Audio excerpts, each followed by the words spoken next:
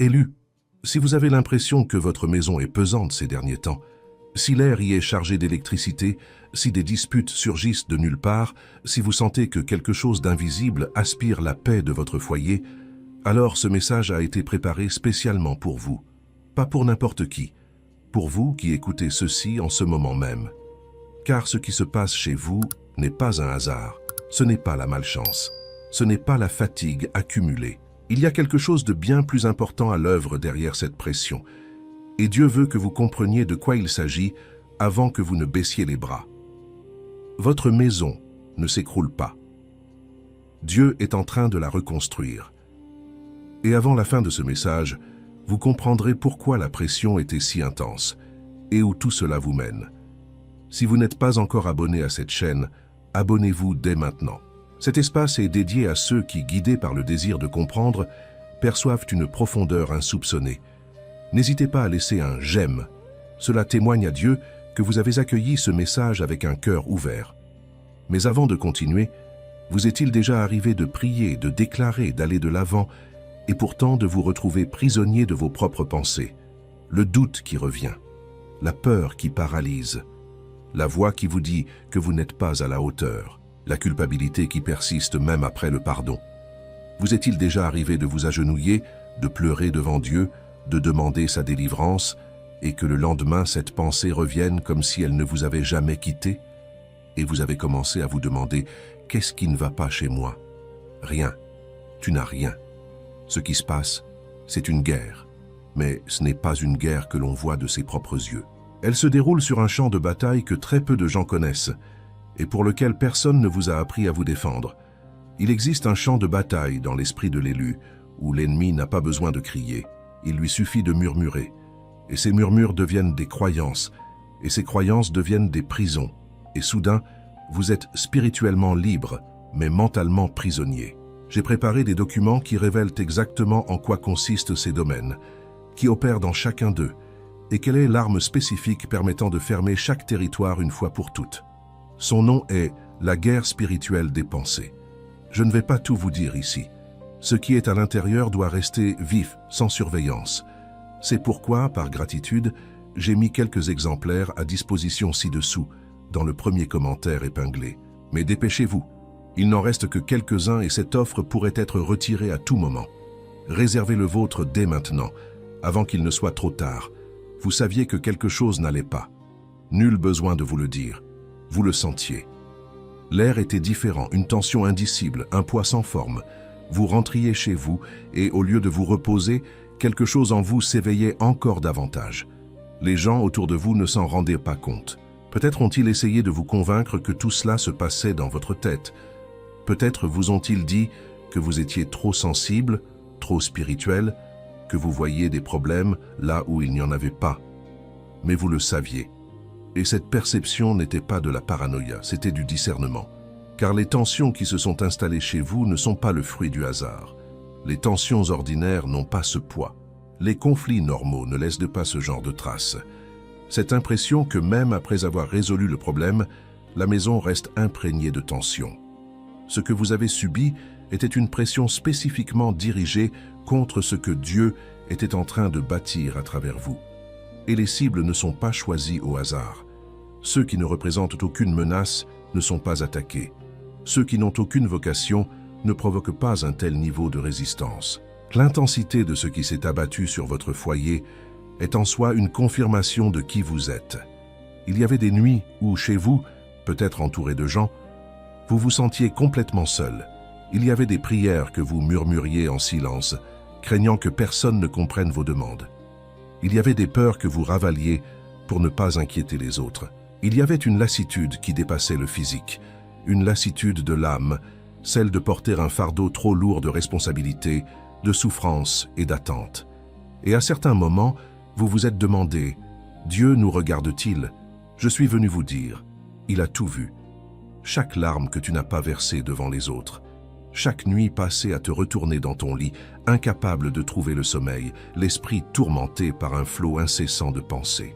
Chaque fois que tu as essayé de prier et que tu as ressenti une résistance insurmontable, comme si les mots ne pouvaient franchir le plafond.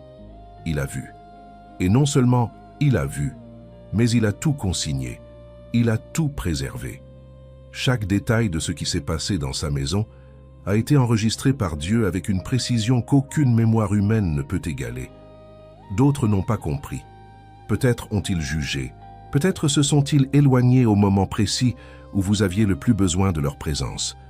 Mais Dieu était là, dans la chambre, dans le salon, dans la cuisine, dans les couloirs de votre maison, témoin de chaque instant que vous pensiez passer seul.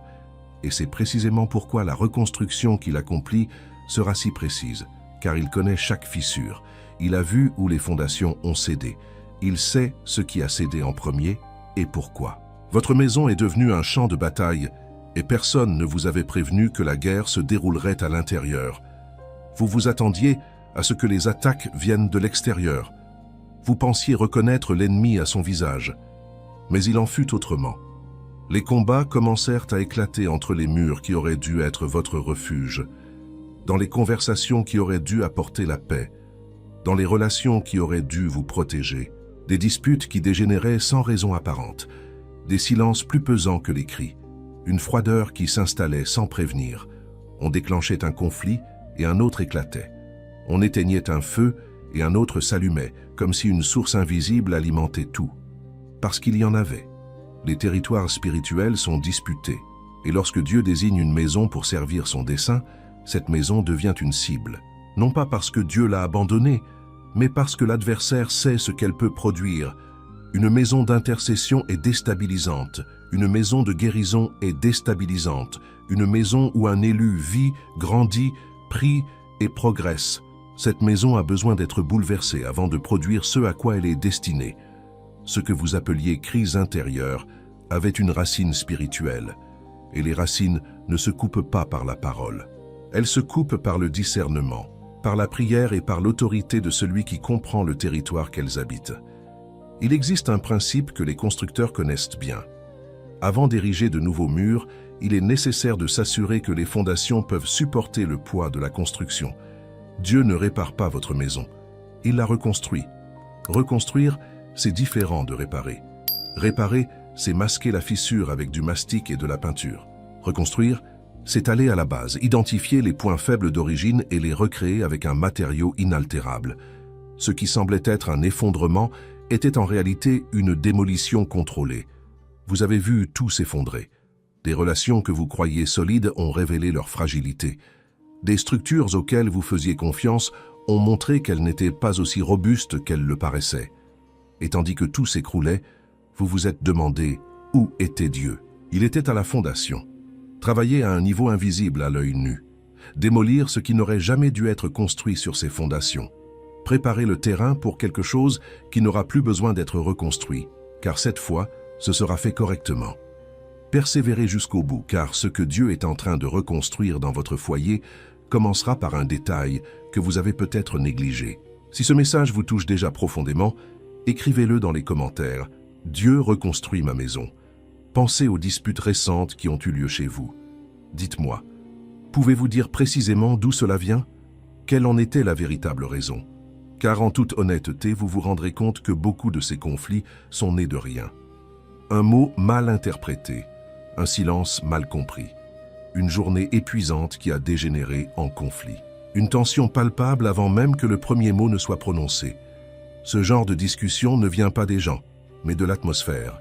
L'atmosphère d'un lieu est façonnée par ce qui l'habite, visible ou invisible. Lorsque l'environnement spirituel d'une maison est perturbé, ses habitants se comportent comme s'ils étaient en conflit alors qu'en réalité, ils sont instrumentalisés dans une guerre qui se déroule à un autre niveau. L'ennemi n'a pas besoin de pénétrer chez vous par la force. Il lui suffit de créer un climat propice pour que vous détruisiez vous-même l'œuvre de Dieu. Mais vous avez résisté. Même sans tout comprendre, vous avez résisté. Et cela compte plus que vous ne le pensez. Il y avait une lassitude que le sommeil ne pouvait apaiser. Vous vous endormiez et vous réveilliez avec une sensation de lourdeur. Vous passiez la journée à l'intérieur et au lieu de récupérer, vous sembliez en dépenser 2 fois plus. Une fatigue sans explication médicale, qui ne cédait pas au repos et qui ne s'améliorait pas avec le temps. Cette lassitude avait une racine spirituelle, car lorsqu'une maison est attaquée, ceux qui y vivent portent le poids de ce conflit dans leur corps, leurs émotions et leur esprit. Vous n'étiez pas seulement las du travail ou des responsabilités, vous étiez las de combattre sur un terrain que personne ne reconnaissait comme un champ de bataille. Tu portais des fardeaux qui t'effrayaient, tu portais des personnes qui t'épuisaient, tu portais des silences qui te pesaient, tu portais des prières qui semblaient incapables de t'atteindre, tu portais la peur que tout s'écroule, et pourtant, tu te réveillais le lendemain et tu recommençais. Ce n'est pas de la faiblesse, c'est la marque d'un élu qui ne quitte pas son poste même sans comprendre le combat. Et Dieu voyait chaque matin que vous vous leviez même sans force. Ce que Dieu fait maintenant, ce n'est pas seulement réparer les relations ou résoudre des problèmes pratiques. Il purifie l'atmosphère de votre maison, couche après couche, pièce après pièce, souvenir après souvenir. Il y a des choses dites entre ces murs qu'il faut effacer. Il y a des accords conclus, consciemment ou non, qu'il faut rompre. Il y a des portes ouvertes au fil du temps que Dieu, en ce moment même, referme avec autorité. La purification est rarement belle lorsqu'elle se produit. Parfois, elle ressemble à une destruction. Parfois, on a l'impression que les choses empirent avant de s'améliorer. Mais le feu qui purifie et le feu qui détruit semblent identiques à ceux qui ignorent ce qui brûle. Écrivez dans les commentaires « Ma maison appartient à Dieu ». Et avant la fin de ce message, vous comprendrez pourquoi votre maison a été attaquée avec une telle intensité et ce que Dieu prépare pour le lieu où vous vivez. Il y a un point qui doit être clarifié avant de continuer. Ce qui est brisé dans votre maison ne sera plus jamais comme avant. Et ce n'est pas une tragédie, c'est une grâce. Car ce qui existait auparavant présentait des fissures invisibles, des faiblesses que seul le temps et l'épreuve ont révélées. Et Dieu, bâtisseur par nature, ne reconstruit pas avec les mêmes matériaux qui ont échoué. Il reconstruit avec ce qui dure. Vous êtes peut-être en deuil d'une version de votre foyer, de votre famille, de votre vie qui ne reviendra jamais. Et cette douleur est bien réelle. Je ne minimiserai pas ce que vous avez perdu, ni ce qui a changé sans que vous me le demandiez. Mais ce que Dieu suscite à sa place est fondamentalement différent. C'est plus profond, c'est plus solide. C'est bâti sur une révélation, la pression engendrée en vous, et la révélation est un fondement qu'aucune tempête ne peut détruire. La personne que vous étiez avant cette période n'aurait pas pu supporter ce que Dieu s'apprête à mettre sur votre chemin. Cette reconstruction n'était pas une punition, mais une préparation. Votre famille est sous la protection divine, même quand cela ne paraît pas évident, même lorsque les relations sont tendues, même lorsqu'il y a de la distance là où devrait régner la proximité, même lorsque les conversations blessent plus qu'elles ne guérissent, la main de Dieu veille sur chaque personne qui vit ou a vécu dans cette maison avec vous. Vous avez prié pour eux, peut-être en silence, peut-être en larmes, peut-être avec des mots à peine audibles. Et ces prières n'ont pas été vaines. Elles ont tissé une protection spirituelle autour de votre famille, une protection impénétrable pour l'ennemi. Un élu qui intercède pour sa patrie crée un bouclier qui protège même ceux qui ignorent être protégés. Il y a des membres de votre famille qui sont protégés grâce à vos prières, sans même le savoir. Il y a des situations qui ne se sont pas aggravées parce que vous avez continué à invoquer la protection, même quand vous ne ressentiez rien. N'abandonnez personne dans votre foyer avant que Dieu n'ait décidé que c'est terminé. La paix reviendra, mais elle ne reviendra pas d'un coup. Elle s'installera pièce par pièce. D'abord, un moment de silence qui ne vous pèse pas. Ensuite, une conversation qui se termine bien. Puis, une nuit de sommeil réparatrice. Enfin, une présence ressentie pendant la prière, la certitude que Dieu est là chez vous, demeurant avec vous.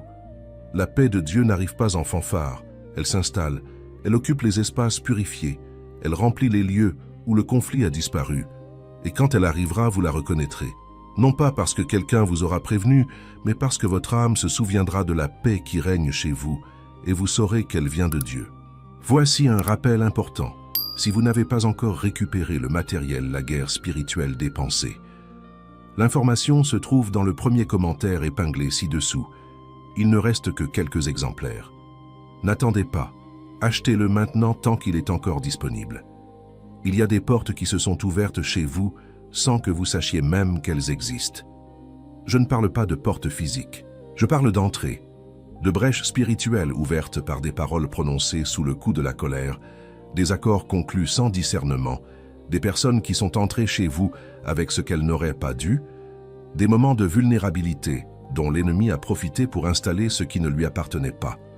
Vous ne l'avez pas fait exprès. Nul élu n'ouvre consciemment ses portes. Pourtant elles furent ouvertes, et pendant un temps, elles laissèrent entrer ce qui vous vola votre paix, brisa votre famille, pesa sur votre esprit et vous empêcha de subvenir à vos besoins. Dieu ferme ses portes maintenant, un par un, avec autorité, avec permanence, non pas comme une solution temporaire, mais comme une conclusion définitive, scellée par sa présence dans votre foyer. Et en même temps qu'il ferme ses portes, il ouvre des fenêtres pour que la lumière entre, des fenêtres pour que la grâce circule, des fenêtres pour que ce qui étouffait à l'intérieur de votre maison puisse trouver une issue, et que ce qui était bloqué à l'extérieur puisse enfin entrer. Les ressources qui étaient retenues commenceront à être débloquées. Les relations figées se réactiveront. Des opportunités qui semblaient invisibles se présenteront, non pas parce que votre situation a soudainement changé, mais parce que l'atmosphère de votre foyer a changé. Et une atmosphère différente a des conséquences. Ce qui est entré et sorti commencera à demeurer. Ce que vous avez semé et non récolté commencera à porter du fruit. Car le terrain spirituel de votre foyer est préparé pour recevoir ce que Dieu vous a destiné dès le commencement. N'ignorez pas ce signe. Ce que vous ressentez en écoutant ce message n'est pas un hasard. C'est une confirmation. Votre maison deviendra un témoignage vivant. Ce n'est pas une maison parfaite. Ce n'est pas une maison où les conflits n'ont jamais existé, mais une maison où la reconstruction divine est visible, où quiconque y entre ressentira une atmosphère différente, une présence inexplicable, une paix qui transcende les circonstances. Un jour viendra où, assis chez vous, vous regarderez autour de vous et vous vous souviendrez de tout ce qui s'est passé. Vous vous souviendrez des nuits blanches, des disputes futiles, de l'épuisement insupportable, de l'impression que tout s'écroulait autour de vous. Et vous verrez ce que Dieu a fait. Non seulement il a réparé ce qu'il avait réparé, mais il a aussi rebâti ce qui était neuf. La table familiale s'est réunie d'une manière qui semblait auparavant impossible. Les pièces, autrefois champs de bataille, sont désormais emplies d'une légèreté inexplicable. Les murs qui ont entendu vos larmes témoignent maintenant de la fidélité de Dieu. Votre maison racontera une histoire, et cette histoire touchera des vies que vous ne pouvez même pas imaginer aujourd'hui. Des personnes entreront chez vous et en ressortiront transformées, non pas grâce à vous, mais grâce à ce qui habite cet espace. Celui ou celle qui endure les épreuves et reste fidèle à sa mission devient le gardien d'une onction qui se multiplie. Votre foyer n'est pas seulement votre lieu de vie, c'est là où Dieu demeure avec vous. C'est là qu'il vous façonne, vous guérit, vous restaure et vous prépare, vous, mais aussi tous ceux que votre vocation vous amènera à atteindre. Vous n'avez pas perdu votre foyer spirituel. Vous êtes sur le point de le retrouver, plus fort, plus protégé, plus imprégné de la présence divine qu'il ne l'a jamais été. Avant de conclure, je tiens à faire une remarque concernant votre maison. Non pas comme une jolie phrase, comme un décret spirituel sur le territoire que vous habitez. Répétez après moi où que vous soyez, « Ma maison appartient à Dieu. Nul ne peut s'emparer de ce qu'il a consacré. La paix volée est rendue au centuple. L'unité brisée est restaurée par la main du Père. La grâce bloquée est débloquée. La présence de Dieu habite chaque pièce, chaque couloir, chaque recoin de cette maison. Ce qui y est entré sans permission en sort. Ce qui était brisé est reconstruit. Et cette maison témoignera de la fidélité de Dieu pour les générations futures. Père, je déclare sur ma maison la paix entre maintenant. La protection couvre chaque mur, chaque porte, chaque fenêtre. La provision coule librement dans ce foyer. L'ordre divin est rétabli. Ta présence remplit chaque pièce, chaque coin, chaque silence. Ce qui a été brisé est reconstruit. Ce qui a été volé est rendu. Ce qui a été fermé est ouvert par ta main. Cette maison t'appartient. Et ce que tu possèdes, tu le gardes. Amen. Si ce mot vous est parvenu aujourd'hui, ce n'est pas un hasard. Écrivez dans les commentaires « Je reçois la paix dans ma maison ». Et si ce message vous a profondément touché, n'hésitez pas à laisser un j'aime. Maintenant, c'est une graine de gratitude que vous semez pour tout ce que Dieu reconstruit dans votre foyer. Partagez cette vidéo avec une personne dont le foyer est également sous pression.